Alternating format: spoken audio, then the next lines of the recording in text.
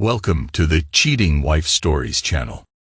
Adam Donovan stood in his mahogany-paneled office at Donovan & Associates, reviewing case files for his latest high-profile client. At 42, he had built a reputation as Greenford's most formidable criminal defense attorney. His success rate spoke for itself. 97% of his cases ended in his client's favor. The antique grandfather clock in the corner struck 7, its deep chimes echoing through the empty office. Another late night. Julia would understand. She always did, or at least, that's what Adam told himself. His phone buzzed with a text from his wife.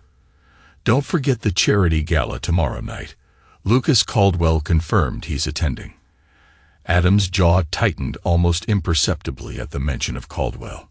The pharmaceutical executive had reappeared in their lives 3 months ago through mutual friends, and something about the man's presence made Adam's instincts flare. 20 years as a defense attorney had taught him to trust those instincts. He gathered his briefcase and headed home to their Maplewood Heights colonial. The house represented everything he'd achieved. The scholarship kid from a broken home who'd clawed his way through Windsor University law, building a life most people only dreamed of. The lights were still on when he pulled into the driveway. Through the kitchen window, he caught glimpses of Julia moving about, phone pressed to her ear. She was laughing, the particular laugh she reserved for people she wanted to impress. As Adam approached the door, her voice dropped to a whisper. "I have to go," she said hurriedly. "He's home." Adam entered the kitchen, noting how Julia quickly slipped her phone into her pocket. She wore a new dress he hadn't seen before, designer, by the look of it.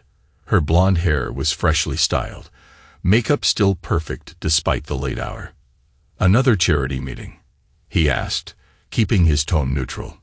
"The Children's Hospital benefit needs extra attention this year," Julia replied, busying herself with reorganizing already pristine countertops.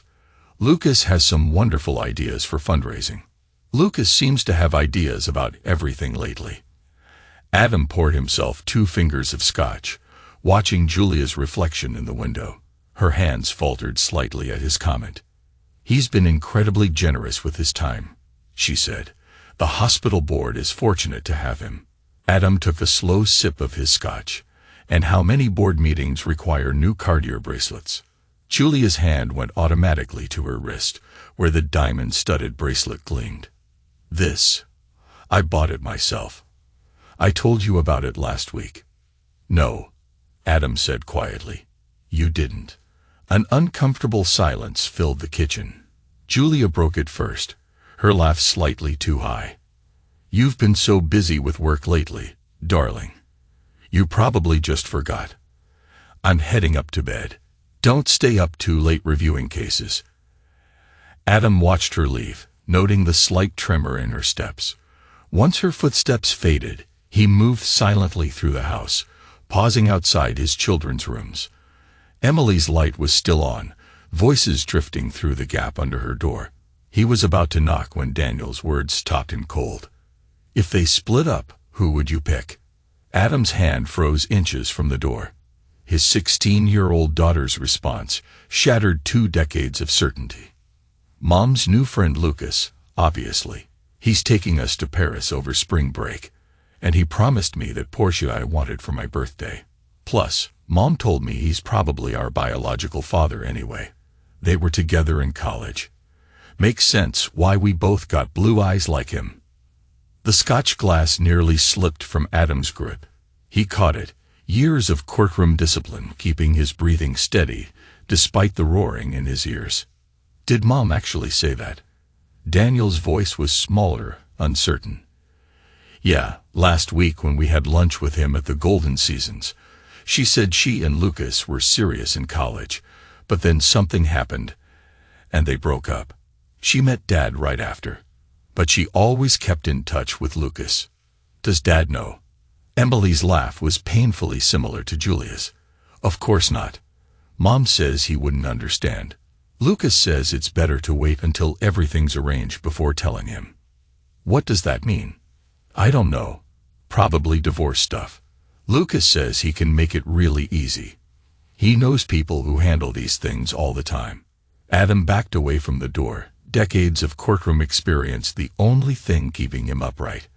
His mind raced through memories, each recontextualized under this new lens. Julia's unexpected pregnancy soon after they started dating at Windsor University, her insistence on maintaining certain social connections, the way she had engineered Lucas's re-entry into their lives. He moved to his home office, pulling up old photos on his laptop. How had he never noticed? Emily and Daniel's blue eyes, so different from his brown ones. The shape of their faces, their height, all clearly Caldwell's features, not his. The betrayal ran deeper than infidelity. Julia had orchestrated an elaborate fraud, allowing him to raise another man's children, while maintaining contact with their biological father. Every bedtime story, scraped knee, and proud moment, built on lies. Adam opened another browser tab, searching everything he could find about Lucas Caldwell. The man's pharmaceutical company, Caldwell Pharmaceuticals, had grown exponentially over the past decade, specializing in cancer treatments and rare disease medications, high-profit drugs with limited oversight due to their specialized nature. A message popped up on his phone from Julia. "Don't forget to sign those private school tuition checks for next semester. Love you." Adam stared at the message, his attorney's mind already calculating. Julia had ensured all major financial decisions and responsibilities rested with him, while systematically alienating their children. No, her children, in preparation for whatever she and Lucas had planned. He pulled up his banking records, noting patterns he'd overlooked before. Julia's charity expenses had increased significantly over the past year, and there were regular charges at high-end restaurants and hotels on days she claimed to be at board meetings. The grandfather clock struck midnight as Adam reached for his phone. He scrolled through his contacts until he found the number he needed. Detective Allison Fox. She answered on the second ring, despite the late hour. "Adam, what's wrong?" "Allison, I need every piece of information you can find on Lucas Caldwell, particularly his time at Windsor University and any cold cases from that period." "This isn't like you." "Adam, what's going on?" "I think my wife and her companion are planning something, and I need to know exactly what kind of man Lucas Caldwell is before they make their move." Allison's voice sharpened. "Give me 48 hours. And Adam, be careful. Men with that kind of money usually have skeletons they're willing to kill to keep buried." Adam ended the call, his decision made. He had built his reputation defending others, but now he needed those skills for himself. Julia and Lucas had orchestrated an elaborate deception, using his own children as pawns. They had played a long game, patient and calculating, but they'd made one crucial mistake. They had underestimated Adam Donovan. In the courtroom, he was known for turning seemingly unwinnable cases into devastating victories. He had grown up with nothing, fighting for every opportunity. The polished, successful attorney was a mask he wore. Underneath remained the street-smart survivor, who had learned early that mercy was a luxury he couldn't afford. He opened his safe, removing an unmarked phone he kept for certain clients. It was time to activate contacts he hadn't used in years. People whose methods weren't strictly legal, but whose results were guaranteed. As he programmed numbers into the burner phone, Adam allowed himself a cold smile. Julia and Lucas thought they were arranging a clean, simple divorce. They were about to discover just how messy things could get when you betrayed the wrong man. Before leaving his office, Adam opened one final file on his laptop. A detailed dossier on Rachel King, a Windsor University student who had died under mysterious circumstances during his final year of law school. He remembered the case vaguely. A drowning ruled accidental despite some odd circumstances. Lucas Caldwell's name had been mentioned in the investigation, but nothing had come of it. "Let's see what other secrets you're hiding, Lucas," Adam muttered, sending the file to Allison. He had built his life on understanding human nature, especially how people's past actions predicted future behavior. If Lucas Caldwell had gotten away with something 20 years ago, those same instincts would still be there, waiting to be exposed. Adam left the house at midnight, his concealed carry permit pressing against his side. He drove aimlessly through Greenford's empty streets, his mind crystallizing plans within plans. Julia and Lucas wanted to destroy the life he had built. Fine. He would let them try. But first, he would do what he did best: gather evidence, identify weaknesses, and construct an airtight case. Then, when the moment was right, he would demonstrate exactly why Greenford's criminal underworld referred to him as the Butcher. Not for any physical violence, but for his ability to systematically dismantle opponents until nothing remained of their lives, reputations, or futures. The city lights blurred past as Adam drove, his expression hardening into the mask his opponents never saw until it was too late. Julia had wished for a clean divorce. Instead, she would learn what happened when you declared war on a man who'd spent his life perfecting the art of destruction within the bounds of law. Let the games begin. The call came at 6 in the morning, jolting Adam from his strategic planning. Daniel's voice cracked with panic. "Dad, where are you? You need to come home now. I found something on Lucas's phone when he left it charging in the kitchen last night." Adam had spent the night in his downtown office, making calls and arranging the pieces on his mental chessboard. "I'll meet you in the garden in 20 minutes. Don't tell anyone we spoke." He arrived home to find Daniel pacing beneath the old oak tree, the 14-year-old's face pale with fear. Adam guided him to the stone bench, hidden from the house's view by carefully maintained hedges. "Show me," Adam commanded quietly. Daniel's hands trembled as he pulled out his phone. "Lucas stayed over last night after you left. Said he and Mom needed to discuss charity stuff. He left his phone charging while they were in the study. And I knew something wasn't right." Adam scrolled through the screenshots Daniel had taken, each image confirming his worst suspicions. The messages between Lucas and Julia detailed elaborate plans. Offshore accounts in the Cayman Islands, strategies for discrediting Adam professionally, and most damningly, a discussion about making him disappear during an upcoming business trip. "He's planning to have you killed, Dad," Daniel whispered, tears streaming down his face. "Mom knows about it. She said it would be cleaner than a divorce." One message particularly stood out. "Lucas, everything's arranged for Greenford Harbor. Our friend will make it look like an accident during the Chen case depositions. Julia, you're sure it can't be traced back?" "Lucas, that's why we're paying a premium. The same team handled the Rachel King situation 20 years ago. No loose ends." Adam's jaw clenched. The casual reference to Rachel King confirmed his suspicions about her death. He turned to Daniel, studying his son's face.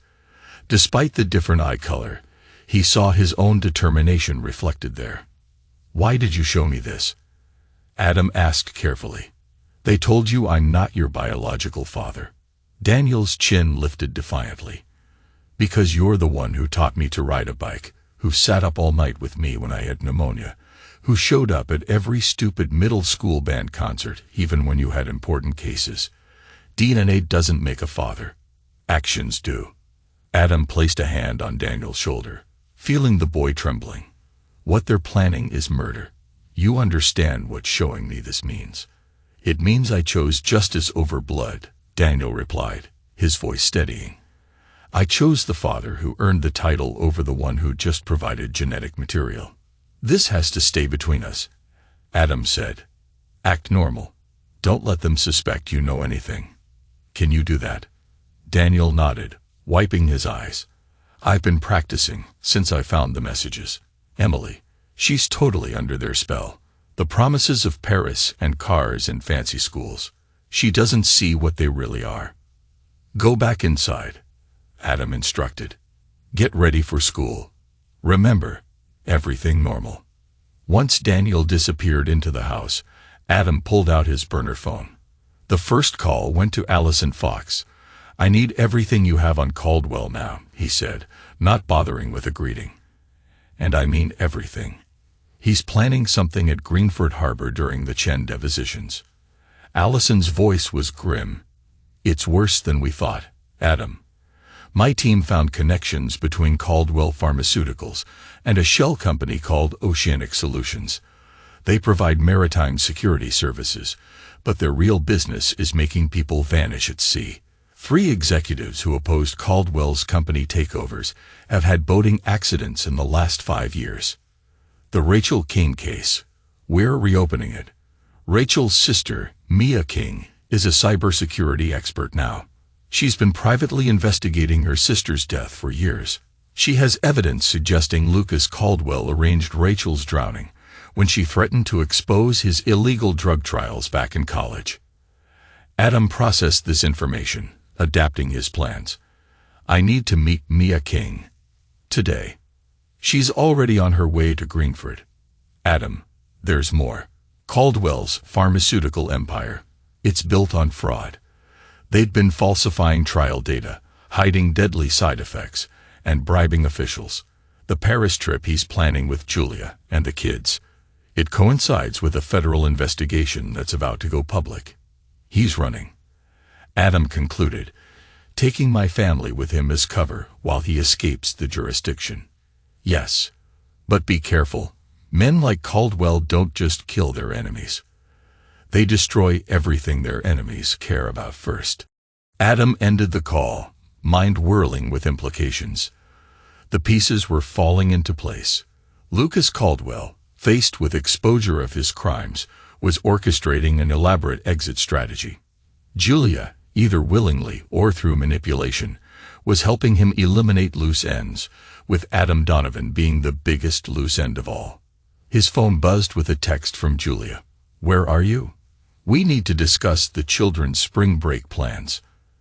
Adam typed back. Tied up with the Chen case, having dinner with the partners tonight. Don't wait up. It was a lie. Let them think he was focused on work, unaware of their plans. Every good trap required the perfect bait. He made another call, this time to Paul Turner, his former mentor and now a federal judge. The older man answered immediately. Adam, I was hoping you'd call. I need warrants, Paul, the kind that won't appear in official records until after they're executed. You're talking about black warrants. That's dangerous territory. Caldwell Pharmaceuticals is killing people. I have evidence of fraud, illegal trials, and multiple murders, but I need the warrants withheld until exactly the right moment. Paul was silent for a long moment. This is personal, isn't it? He's trying to kill me and take my children overseas. So yes, it's personal. What you're planning could end your career. If I don't stop him, my career will be the least of my worries. Paul sighed heavily. I'll have the warrants prepared. But remember what you told me years ago. Sometimes justice requires sacrifice. I haven't forgotten. Adam replied coldly. Caldwell and Julia are about to learn exactly how much I'm willing to sacrifice to protect what's mine. He ended the call and opened his calendar. The Chen depositions were scheduled for the following week at his Harborside office. Caldwell's team would expect him to be distracted by the high-profile case, making it the perfect chance for an accident. Adam allowed himself a grim smile. They thought they were arranging his death. Instead, they were walking into a trap years in the making. Caldwell had gotten away with murder once before. This time, Adam would make sure justice was served, not just for Rachel King, but for every life Caldwell had destroyed in his ruthless climb to power. Let them plot their perfect crime. Adam Donovan had built his career on turning perfect crimes into perfect prosecutions, and this time, it was personal. Mia King entered Adam Donovan's office at precisely noon, her resemblance to her late sister Rachel striking even after all these years. She carried herself with the rigid posture of someone who had spent decades pursuing justice, her dark eyes evaluating Adam. Allison Fox says you have evidence linking Lucas Caldwell to my sister's murder, she stated flatly, placing an encrypted laptop on his desk. Adam slid a file across to her. These are records from Windsor University's archive security logs. Caldwell's ID card accessed the pool facility 10 minutes before Rachel was found. Mia's fingers tightened on her laptop. The police said the security system was down that night. It was for the main entrance, Adam explained. But the maintenance door had a separate logger, which Caldwell didn't know about. He leaned forward. Tell me what really happened that night. Mia opened her laptop, pulling up decades-old files with practiced efficiency. Rachel was a biochemistry major, brilliant at analyzing trial data. She was interning at Caldwell's first pharmaceutical startup, just a small research company back then. She found discrepancies in their trial results for a new cancer drug. What kind of discrepancies? Patients dying from supposedly unrelated complications, data altered to hide severe side effects. Rachel confronted Lucas about it. Mia's voice hardened. A week later, my sister, a champion swimmer since childhood, supposedly drowned during a late-night swim. Adam studied the complex web of financial transactions on Mia's screen. You've been tracking him ever since. She nodded. Shell companies, suspicious deaths connected to his corporations. Her fingers flew across the keyboard. Caldwell Pharmaceuticals isn't just a company. It's a complex criminal enterprise. They test experimental drugs on unsuspecting patients, falsify results, and eliminate anyone who threatens to expose them. Like they're planning to eliminate me, Adam said quietly. Mia's head snapped up. What? Adam showed her the screenshots Daniel had taken. Maya read them, her expression darkening. The same signature as Rachel's death. Make it look like an accident. Use untraceable offshore accounts to pay the killers. I need everything you have on Caldwell's operation, Adam said. Every piece of evidence you've gathered over the years. In return, I'm giving you what you've always wanted. A chance to bring him down permanently. Mia studied him. Allison said you were one of the good ones. That's why I came. But this isn't just about justice for Rachel anymore, is it? No. Adam's voice was unyielding. He's trying to steal my family, kill me, and escape justice for his crimes. I won't let that happen. What's your plan? Adam outlined his strategy, watching Mia's expression shift from skepticism to cold resolve. Caldwell's weakness is his arrogance. He believes he's untouchable because no one has matched his ruthlessness within the law. And you can. I spent 20 years defending clients against federal prosecution.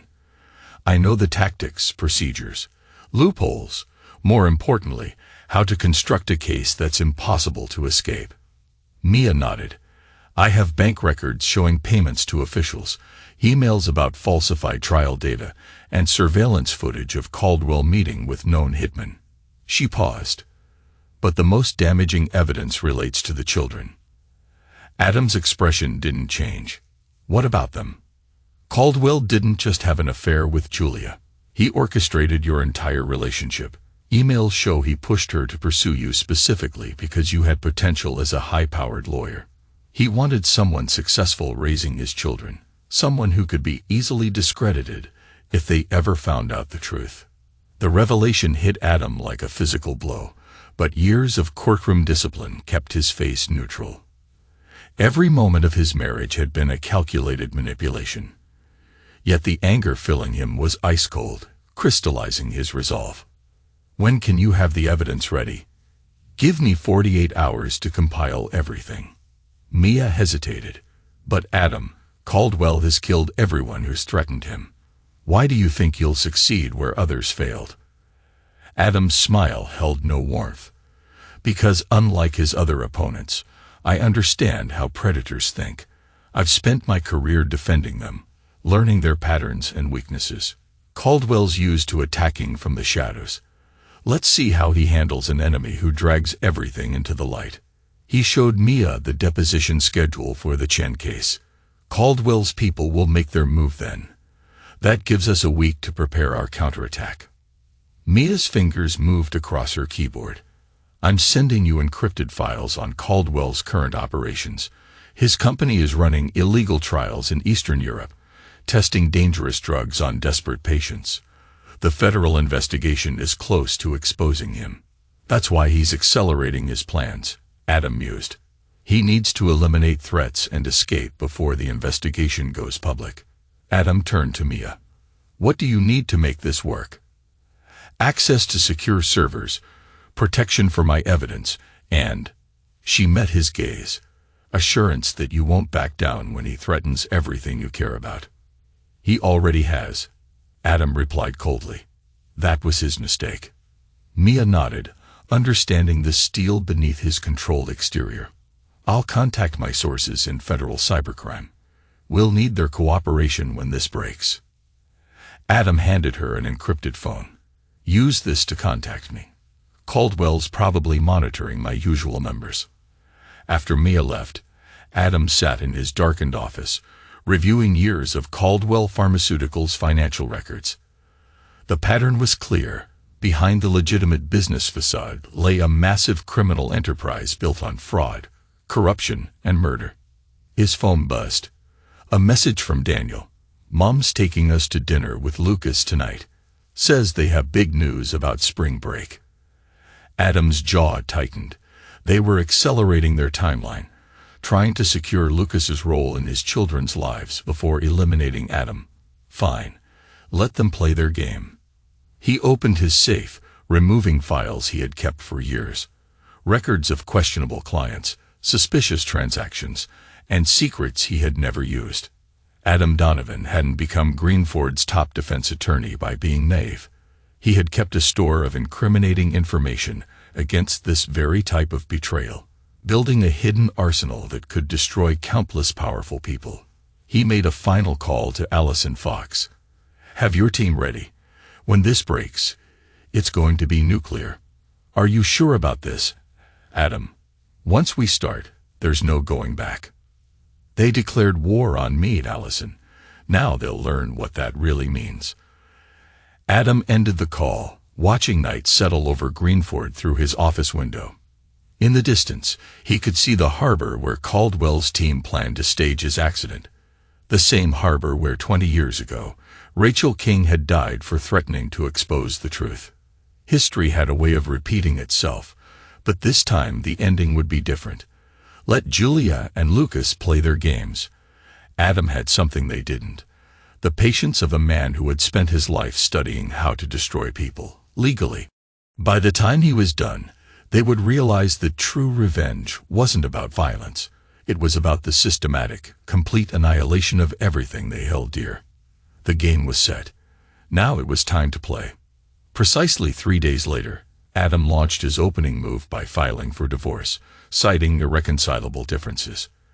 The timing was deliberate, served to Julia at the country club, where she had been subtly spreading rumors about Adam's alleged ethical violations. Maximum public exposure was guaranteed. Julia's hands trembled as she read the documents, her carefully maintained facade cracking when she reached the attached evidence files. Adam's phone rang within minutes. How dare you serve me here? Julia hissed, her voice low, yet everyone around her noticed. We need to talk. My office. 1 hour. Come alone. I'm calling Lucas's lawyers. No, you're not. Because if you do, the next documents you receive will be federal indictments naming you as a co-conspirator in 20 years of fraud and murder. 1 hour, Julia. He ended the call, turning to Allison Fox, who sat quietly in the corner of his office. She'll come. Her survival instinct is too strong. Allison nodded. Mia's monitoring all her communications, the moment she contacts Caldwell. She won't, Adam said, adjusting his desk. Julia spent 20 years manipulating people. She'll try to handle this herself first. Exactly 58 minutes later, Julia swept into his office wearing a conservative blue suit, her makeup flawless, a silver crucifix gleaming at her throat, the varied picture of a wronged Christian wife. Whatever you think you know, she began, you don't understand. Sit down, Adam said, his voice like ice. Look through those files. Julia sank into the chair, her rehearsed speech dying on her lips. Adam laid out photographs, one by one. Her secret meetings with Caldwell over the years, offshore account statements, email chains about their plans. I know everything, he said quietly. About Lucas, about the children's paternity, about Rachel King, about what you've arranged for me. The only question is whether you want to go down with him. He said he'd take care of everything. Julia whispered, her composure finally breaking. That we'd be free to start over. The kids would have their real father. The kids have their real father, Adam replied, each word precise as a surgeon's scalpel. The one who raised them, who loves them, who died to protect them. Lucas Caldwell is just a donor and a murderer. Julia's face went pale. You can't prove. Rachel King. Adam pulled out another file. You knew about that too, didn't you? How Lucas arranged her accident when she threatened to expose his illegal drug trials. Did you help him plan that the way you planned mine? I never. Julia's voice cracked. I didn't know about Rachel until later. Lucas said it was necessary, that she would have destroyed everything. Like I need to be destroyed. Adam's voice remained deadly calm. How were you planning to do it, Julia? Stage an accident during my morning swim. Push me off the boat. Something else. Tears streaked Julia's perfect makeup. You don't understand what Lucas is capable of. If I don't help him, I understand exactly what he's capable of. The question is whether you want to be charged as his accomplice in multiple murders or... Adam paused deliberately. Whether you'd prefer to help us bring him down. Julia's survival instinct visibly kicked in. What kind of help? Total cooperation. Every detail of his operation, every crime you know about, every plan you've made together. Adam slid a document across the desk. Sign this, and the U.S. Attorney's Office will grant you immunity. Her hands shook as she read the agreement. The children aren't part of this discussion. Adam's tone could have cut stone. You lost any right to them the moment you conspired to murder their father. I am their mother. You're an accomplice to multiple murders who has been poisoning them against their own family. Adam leaned forward. Sign the agreement, Julia. It's the only way you leave this office without handcuffs. She signed, her elegant penmanship faltering slightly.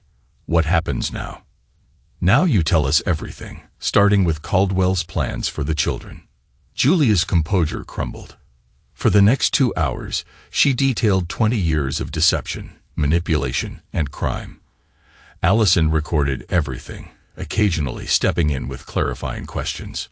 The Paris trip. Allison pressed. What's the real purpose? Lucas has properties there under different names, Julia admitted. Once the children are out of U.S. jurisdiction, he'll move them somewhere else. Somewhere Adam can't reach them. And you agreed to this. Allison's disgust was evident.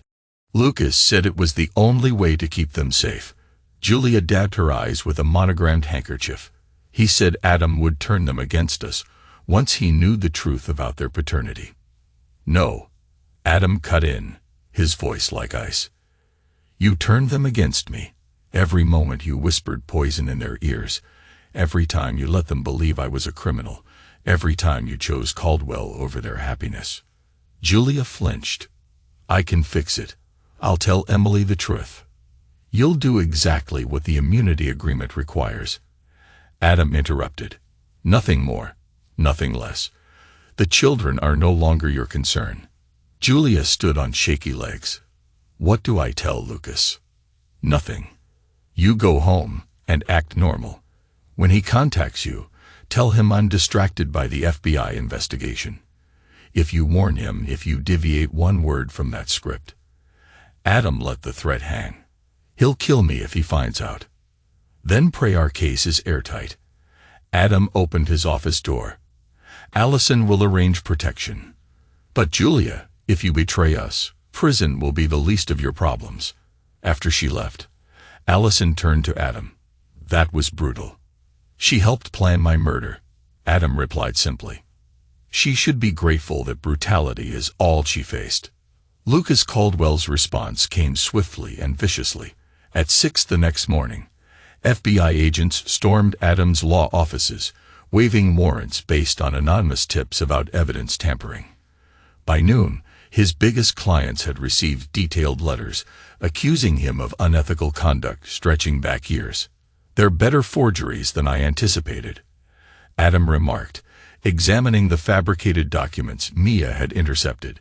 He sat in Allison's office, watching the raid on a security feed. But Caldwell's getting sloppy. The metadata shows these were created last week. Allison raised an eyebrow. You seem awfully calm for a man whose office is being torn apart.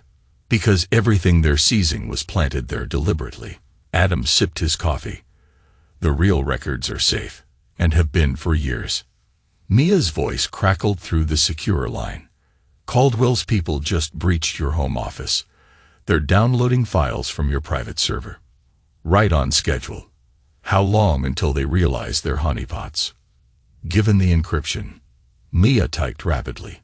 They'll need at least 6 hours.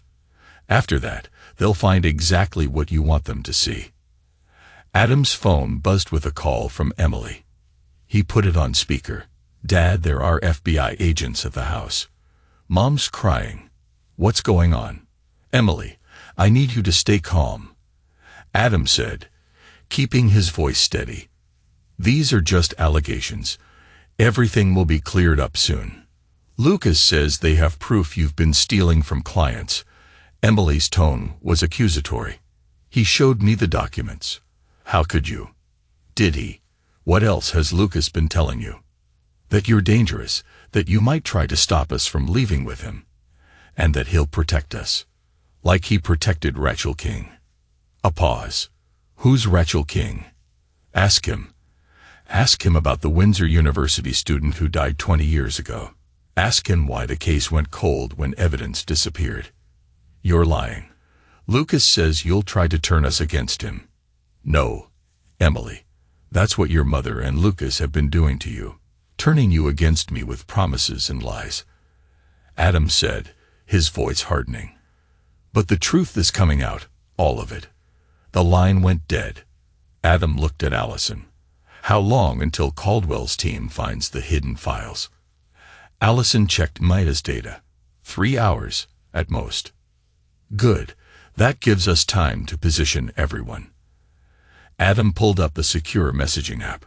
Paul's judges are standing by with the real warrants. The moment Caldwell's team thinks they found evidence to destroy me. We destroy him, Allison finished. A commotion outside drew their attention. Through the glass walls, they saw Daniel pushing past security guards, clutching his phone. Dad. He burst in, breathing hard. I got it all. I have everything. Adam's expression remained calm, but his eyes sharpened. Show me. Daniel pulled up videos on his phone. The first showed Lucas Caldwell in the kitchen with Julia. Once Adam is gone, Caldwell was saying, we'll move the kids somewhere safe. The evidence we planted will convince everyone he died covering up his crimes. The grieving widow and children get sympathy, not suspicion. The next video was worse. Caldwell at his office, instructing someone over speakerphone. Make it look like an accident during the Chen case depositions. Once Donovan's gone, we use his client accounts to hide the drug trial data. His reputation takes the fall. We get the kids, and everyone wins. When did you record these? Allison asked, clearly impressed. After I found those messages about wanting Dad dead, Daniel said, chin lifting proudly. Lucas loves to brag when he thinks no one's listening. I have hours more. Adam studied his son, biological or not. Daniel was his in every way that mattered. You realize how dangerous this was. I realize what they planned to do to you. Daniel met his father's gaze. I chose justice over blood. A new alert from Mia flashed. Caldwell's team cracked the first layer. They think they found proof of you laundering money offshore. Let them celebrate. Adam said coldly. Daniel, go home, act normal. Let Emily believe whatever Caldwell's telling her for now. But trust me. He gripped his son's shoulder. The truth will come out soon enough. First, we need Caldwell to think he's winning. After Daniel left, Allison turned to Adam. Using your own son as a spy. That's cold. No colder than Caldwell using him as a pawn. Adam checked his watch. How long until the second layer decrypts? 2 hours. That's when they'll find the evidence linking you to Rachel King's death. Perfect. Adam typed instructions to Paul. Caldwell thinks he's orchestrating my downfall.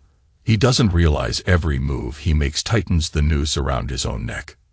Mia's voice broke in. Adam, Emily just booked a flight to Paris. One way, leaving tomorrow. No, she didn't. Adam allowed himself a small smile. Caldwell's people attempted to book it. The airline will cancel it within the hour. You knew he'd try this. I know how predators think, Mia. Caldwell's desperate. The harder he pushes, the more mistakes he makes. As if on cue, Adam's phone rang. The caller ID showed Lucas Caldwell's private number. Right on time, Adam murmured, putting the call on speaker.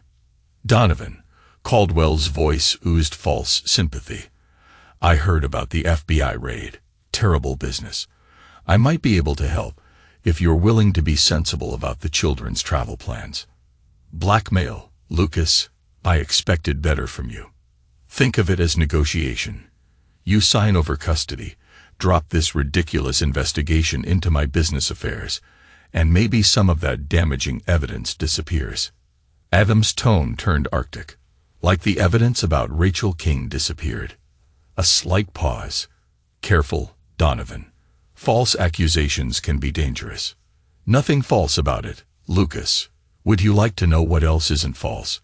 The videos Daniel recorded of you plotting my murder. Silence stretched for a few seconds. You're bluffing. Am I? Check your server access logs. Someone's been in your system for months, discovering interesting conversations about drug trials, offshore accounts, and timely accidents. If you had proof, you'd have used it already. Oh, I am using it. Adam's smile was audible. Right now, while you're busy destroying me, you should pay attention to what's happening in your own organization. Caldwell's composure cracked. What are you talking about? Check your accounts, Lucas, all of them. Especially the untraceable ones. The line went dead. Seconds later, Mia confirmed, he's logging in now, trying to access his Cayman accounts. Everything's locked down as suspicious activity. How long until he realizes it's not a glitch? Allison asked. Long enough, Adam said, straightening his tie. Caldwell thought he could use my family to destroy me. Time to show him what real destruction looks like. His phone buzzed with a text from Emily. Dad, something's wrong with the Paris tickets, and Lucas is acting weird. What's going on?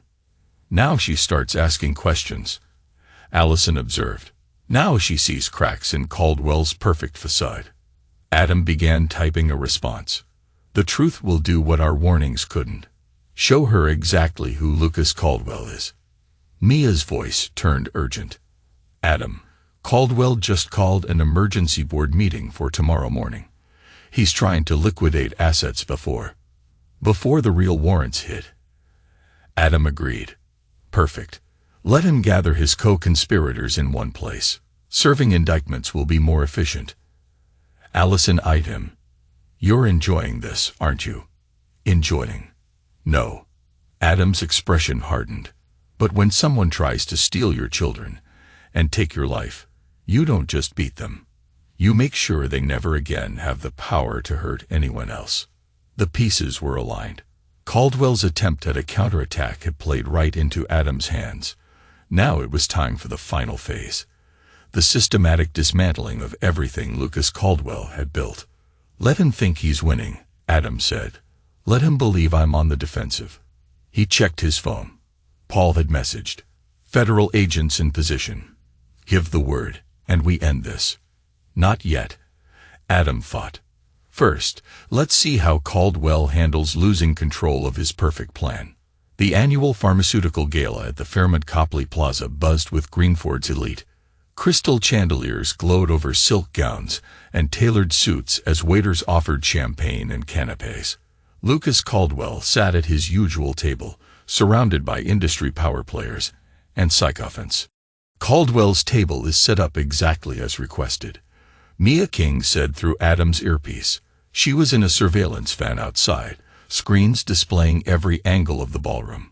All cameras and displays are under our control. Allison Fox's voice joined in. My people are in position.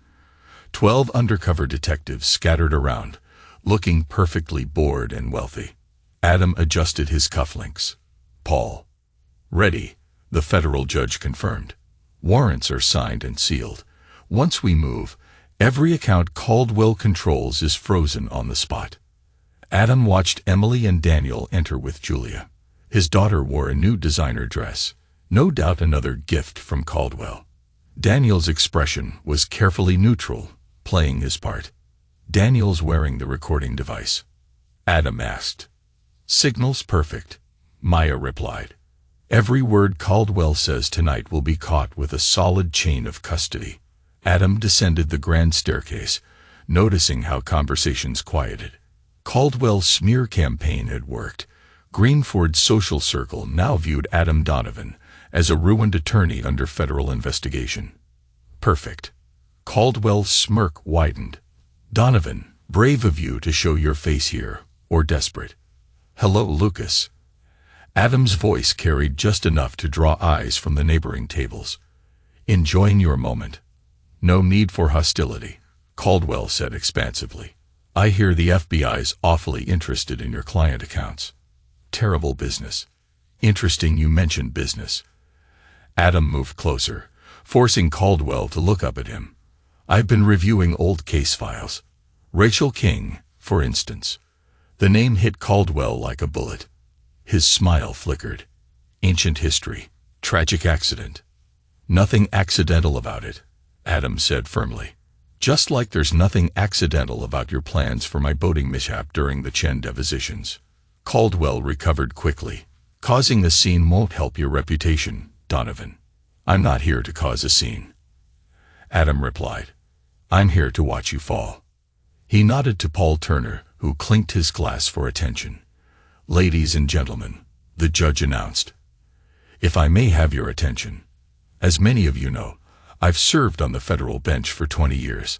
I've seen many cases of corporate fraud, but none like what we've uncovered at Caldwell Pharmaceuticals.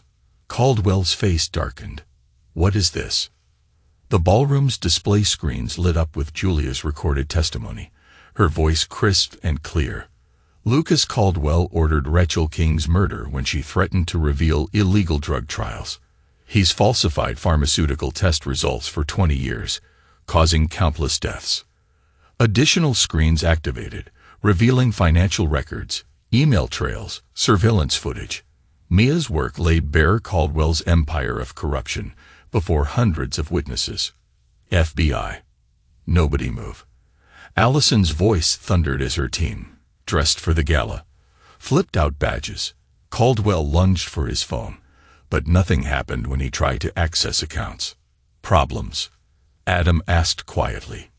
Those offshore accounts look unresponsive, almost as if a federal judge froze them across multiple jurisdictions. You can't prove anything, Caldwell snarled, eyes darting around the room. These are forgeries. The evidence is quite real, Paul announced, still holding the room's attention. As are the indictments being served right now to your board members. Ms. King, would you proceed? Mia's voice echoed in the ballroom. Displaying evidence packet 1, Rachel King's murder timeline, reconstructed from Caldwell's encrypted servers. Emily stood frozen, seeing her biological father's crimes exposed. Daniel moved beside her, whispering something. Caldwell's expression turned feral. You think you've won? I still have leverage. He grabbed Emily's arm. Tell them, Emily, tell them I'm your real father. Take your hand off my daughter, Adam said, his voice like a glacier. Your daughter. Caldwell let out a harsh laugh. They share my blood, my children. You were nothing but convenient. He was cut off by Daniel's elbow, slamming into his solar plexus. Emily tore free, horror dawning as her illusions about Caldwell collapsed. DNA doesn't make a father, Daniel said coldly, standing protectively. Actions do. Allison's people converge, weapons drawn. Lucas Caldwell, you're under arrest for the murder of Rachel King. Conspiracy. Fraud. The list continued as handcuffs locked around Caldwell's wrists, his empire in ruins. Adam watched dispassionately, noticing how quickly Caldwell's so-called supporters fled the scene. Emily approached him, tears spilling down her cheeks. "Dad, I'm sorry. For everything. For believing him." Later, Adam said gently, "We need to finish this first." Julia stood to one side, her perfect world disintegrating. Adam caught her gaze from across the room. She had delivered her testimony for the cameras, and now she would face the consequences of her betrayal. Paul came forward with federal marshals. "We'll need statements from everyone. Allison has arranged secure transport." Adam nodded. "Mia, send everything to the Justice Department. Every server, every account, every scrap of proof. Make sure nothing disappears." "Already done," Maya responded. 10 years of my life, but my sister finally gets justice." Caldwell struggled as marshals pulled him along. "This isn't justice, it's revenge. You've destroyed everything I built." "No, Lucas," Adam said quietly. "You destroyed yourself. I simply brought it to light." Outside, reporters swarmed. Caldwell Pharmaceutical stock collapsed as investigations branched out across continents, seizing millions in hidden assets for victim compensation. Julia waited by Adam's car after the initial arrests. "What happens now?" "You kept your immunity," Adam told her coldly. "Take it and disappear. The children don't need more of your poison in their lives." "They're still my children." "No." Adam's tone could have frozen steel. "You lost that right when you plotted to kill their father. The custody agreement is final. Leave Greenford, Julia. Don't force me to show how much I held back." She fled as more federal agents arrived to catalog evidence. Allison joined Adam, watching Julia drive off. "That's the last loose end. Caldwell's auxiliary companies are being seized. Mia is tracing his final hidden accounts. It's done." "Almost." Adam checked his phone. Daniel had messaged, "Emily wants you. She needs her dad." He smiled faintly. DNA didn't matter. Blood didn't matter. What mattered was showing up, loving and protecting. Everything a real father does. "We're finished here," he told Allison. "Make sure every document is in order. Caldwell will try to fight from prison." "Let him try," Allison replied. "We have him dead to rights on multiple murders." Adam left the chaos behind to go home to his children. Caldwell had been meticulous, but he had never understood what Adam had known from the start. The most dangerous predator isn't the one who strikes first. It's the one who watches and waits, then destroys you so completely that there's no recovery. The media frenzy surrounding Caldwell's trial shook the nation. Cameras flashed as Adam Donovan arrived at the courthouse alongside Allison Fox and Mia King. Inside, Caldwell sat in an orange jumpsuit, exuding fury as the prosecution methodically laid out his crimes. "The prosecution calls Mia King," announced the federal lawyer. Mia faced her sister's killer calmly. "I started investigating Lucas Caldwell the day Rachel King died. For 10 years, I traced every shell company, every suspicious death tied to his drug trials." "And what did you find?" "Caldwell Pharmaceuticals ran illegal human trials in Eastern Europe. Patients died from drug complications. They falsified the death certificates." She explained how she uncovered 37 confirmed deaths, with likely hundreds more. Caldwell's defense team tried objections, speculation, but the judge overruled them. Mia was a certified digital forensics expert. When they attempted to implicate Adam Donovan in a frame-up, Allison Fox's thorough investigation unraveled the defense's claims. In 3 weeks of testimony, the jury needed only 4 hours to deliver its verdict: guilty of first-degree murder in Rachel King's death, plus conspiracy, fraud, money laundering, racketeering, all proved beyond doubt. "Lucas Caldwell," the judge declared, "you have been convicted of heinous crimes spanning decades. You used wealth and influence to murder, bribe, and destroy families. This court sentences you to life without parole." As marshals led Caldwell away, he looked at Adam. This isn't over. I have resources. You ruined everything I built. No, Lucas, Adam said calmly. You did it yourself. I only showed the world. Outside, news crews captured the final collapse of Caldwell's empire. Board members indicted, stock worthless, hidden assets seized. Julia stood in the crowd, understanding at last the magnitude of her choices. She vanished before Adam could speak to her. In the following days, multiple investigations spanned international borders. Thanks to evidence Adam and his team had assembled, millions of dollars were directed into funds to help Caldwell's victims. Emily and Daniel battled the realization that the man who shared their genes was a murderer, whereas the father who raised them had sacrificed everything to protect them. DNA didn't matter. Love did. Adam returned to his Maplewood Heights home. Once stained by Julia's lies, it was now a place of healing. Emily approached with tears in her eyes. Dad, can you ever forgive me? Adam hugged her. Always, Emily. I love you, no matter what. Daniel joined, relief on his face. Thanks, Dad, for it all. They stood together, a family bound by choice rather than blood. Caldwell tried to exploit their genetics for control, but never understood that real family is about loyalty, not DNA. A year later, Adam Donovan sat in his expanded corner office at Donovan and Fox, looking out over Greenford Harbor. The newspaper headline read, Caldwell's final appeal denied. Life sentence stands. Adam filed it under justice served. Allison Fox walked in. Mia's here with the security update. There's something else you'll want to see. Mia arrived with her laptop. Since Caldwell's conviction, she had turned the once makeshift group into Greenford's top digital forensics division. Donovan and Fox specialized in exposing corporate crime that other firms avoided. Caldwell's last offshore account is finally cracked, Maya said, scrolling through data.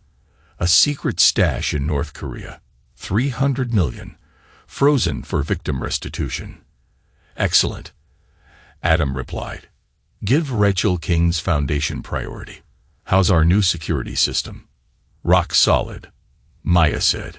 No one can even breathe on our files uninvited. Allison glanced at Adam. So how are Emily and Daniel? Adam gestured to a framed photo on his desk from Daniel's recent graduation. The boy who saved his father with recorded evidence was now off to law school, determined to fight corporate corruption. Daniel's already talking about becoming a prosecutor for these kinds of crimes. And Emily. She's helping abuse survivors, speaking at a conference next week where Caldwell's case is basically required reading. Mia's phone chimed.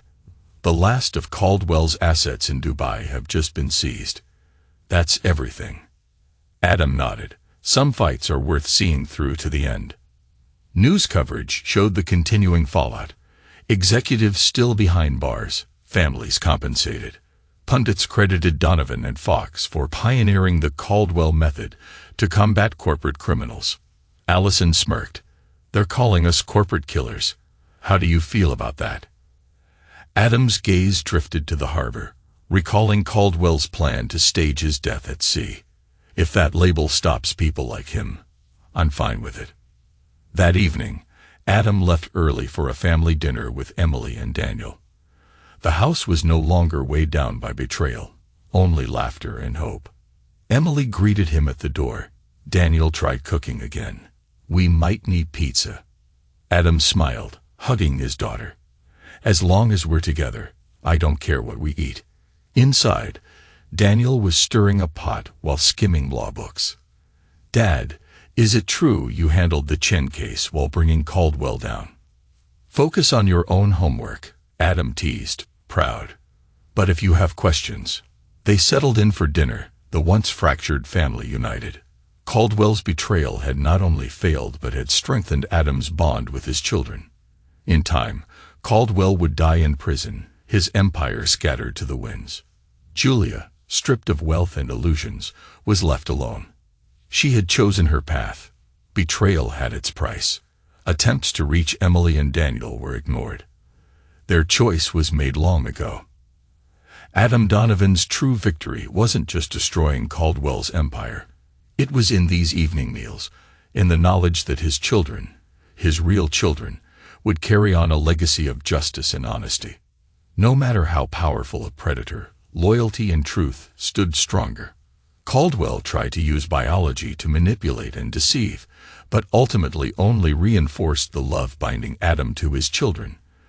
They chose him not for blood, but for the unwavering devotion he gave them. Some might call it revenge. To Adam Donovan, it was simply justice served.